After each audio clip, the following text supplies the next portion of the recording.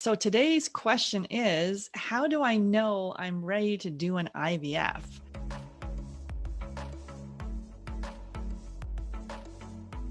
Hey there, welcome to Ask the Fertility Experts, a daily Q&A show where we'll be answering your fertility questions. I'm Sarah Clark, founder of Fab Fertile. We specialize in low AMH, high FSH, diminished ovarian reserve, and premature ovarian insufficiency or failure. I will be joined by Dr. Tabatha Barber. She is triple board certified in obstetrics, gynecology, menopause, and functional medicine. If you have a question, simply go to Fab Fertile Inc.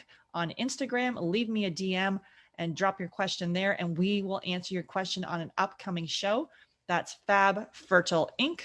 on Instagram. Okay, so today's question is, how do I know I'm ready to do an IVF? This is one we hear all the time, right? When especially with, we're specializing with the low AMH and high FSH and diminished ovarian reserve and POI. Sometimes with that, you may have been told that IVF's not even an option for you, or you're being told that you had better go really quickly to IVF and move, and do it right away. So Dr. Tabatha, what's your take on that one? Oh my gosh. I think it's so imperative to get as healthy as you can possibly get before you do IVF. I mean, you're talking about creating a human life, right? That's going to be around and have their own issues once they come on this planet.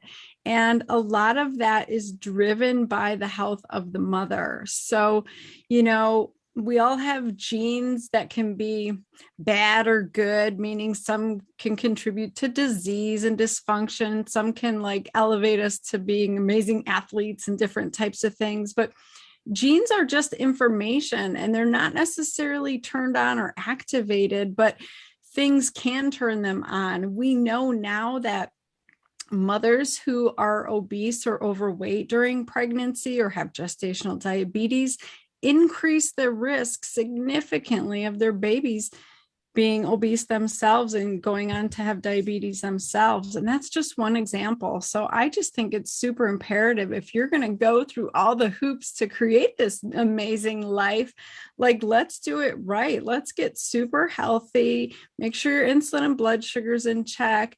Make sure your thyroid is optimal. Make sure your toxic burden is down as good as you can get it. Make sure everything's functioning well so that if you do have this intervention, you're going to have a beautiful, amazing outcome, right? Interesting. I interviewed Dr. Ben Lynch for the podcast, and he talked about this is a little bit scary, but he's talking about infertility being passed on to the next generation, where we haven't optimized these. We haven't optimized these different markers in our body. Like for myself, was got the diagnosis, didn't get a second opinion, and went straight to donor eggs, and then my preconception health, my pregnancies were fine, but it was my postpartum, and then my health years later took a nosedive because I didn't address any of those underlying factors. And many of the times we've been told from our conventional doctor that everything's normal, you're fine. But when you're looking at those different factors, like you're saying, the blood sugar, the thyroid, we see non-celiac gluten sensitivity. So the food sensitivities, the toxins, not all at once, but we layer it in the changes from the biochemical, and then also looking at the mental, emotional side of things.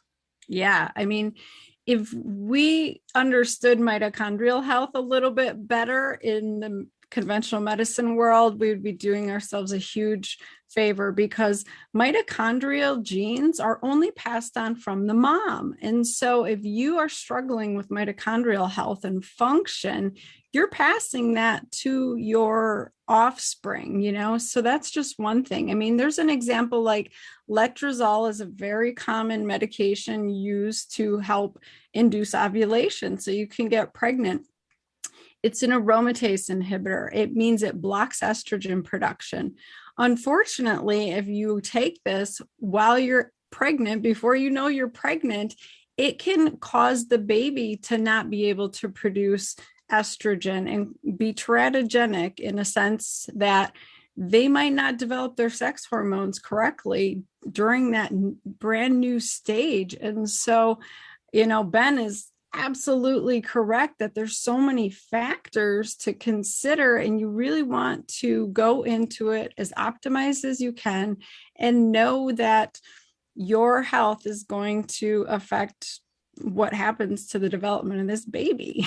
Absolutely. Yeah. To me, there's no negative side effects. You working on both your health and your partner's health takes, the cycle of the egg is the life cycle of the sperm is 70 to 80 days, and it takes 90 days for the egg to renew itself. So in a short period of time, like massive amount of change. Yeah, exactly. Awesome. Thanks so much for being here. If you've got a question that you want answered, simply go to Fab Fertile Inc. on Instagram, send me a DM, and we will answer your question on an upcoming show. That's Fab Fertile Inc. and send me a DM. And please refer to our disclaimer below. Take care.